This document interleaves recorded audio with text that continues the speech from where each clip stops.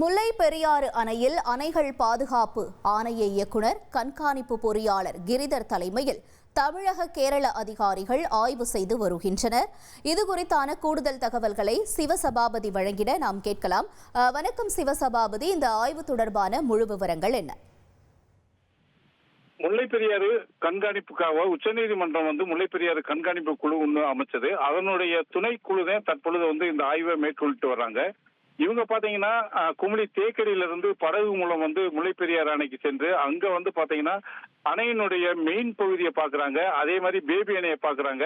அதே மாதிரி பாத்தீங்கன்னா கேரளா பகுதிக்கு திறந்து விடப்படும் சட்டர்கள் எல்லாம் முழுசா இயங்குதான்னு பாக்குறாங்க. ஏன்னா தற்பொழுது தென்மேற்கு பருவமழை துவங்கி இருக்கிறதுனால இனி வரும் காலங்கள்ல மழை பெய்யறப்போ அந்த 142 அடிக்கு மேல வர்றப்போ பாத்தீங்கன்னா அந்த சட்டரை திறந்து கேரளா சைடு இந்த நீரை வெளியேற்றுவாங்க. அப்படிங்கிறப்போ இந்த சட்டர்கள் முறையா இயங்குதா அப்படிங்கறதையும் சோதனை செஞ்சிருக்காங்க.